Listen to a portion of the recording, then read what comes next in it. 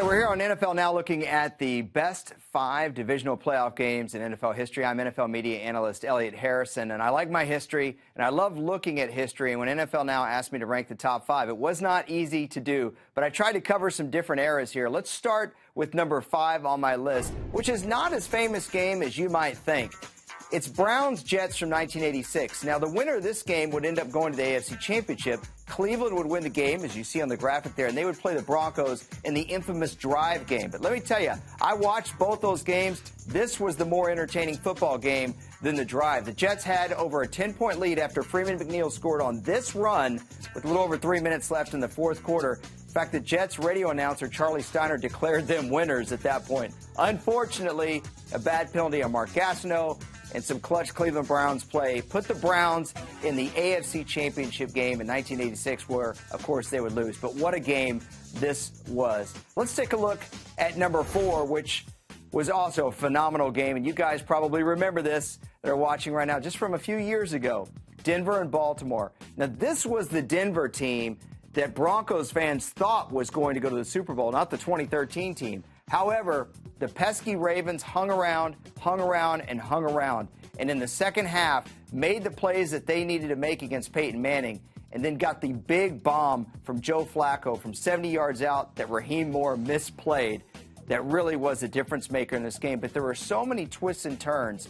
You had your Goliath, which are the Broncos, who, again, people thought were going to the Super Bowl, versus your underdog Ravens. And here you go. Here's Joe Flacco right there loading up to Jacoby Jones for the 70-yarder. That sent the game in overtime, in which Baltimore would win, and Baltimore went on to win the Super Bowl that year when the lights went out. Let's take a look at number 3, San Francisco, New Orleans. Maybe the best football game of the last 10 years. 2011 NFC Divisional Playoff. Saints at the Niners. You had contrasting styles in this game. You had the Saints, who had won the Super Bowl with their high-powered offense just 2 years before. Most of the main key parts were still there. Obviously, Drew Brees, Sean Payton, against the 49ers, who had a suffocating defense. No one thought this game was going to be 36-32, but the surprising aspect of it was the fact that the 49ers won what essentially turned into a track meet, and that guy right there, Alex Smith, who no one thought could compete in this kind of contest, was able to do that, and that was a huge catch right there. The catch 3, as it were.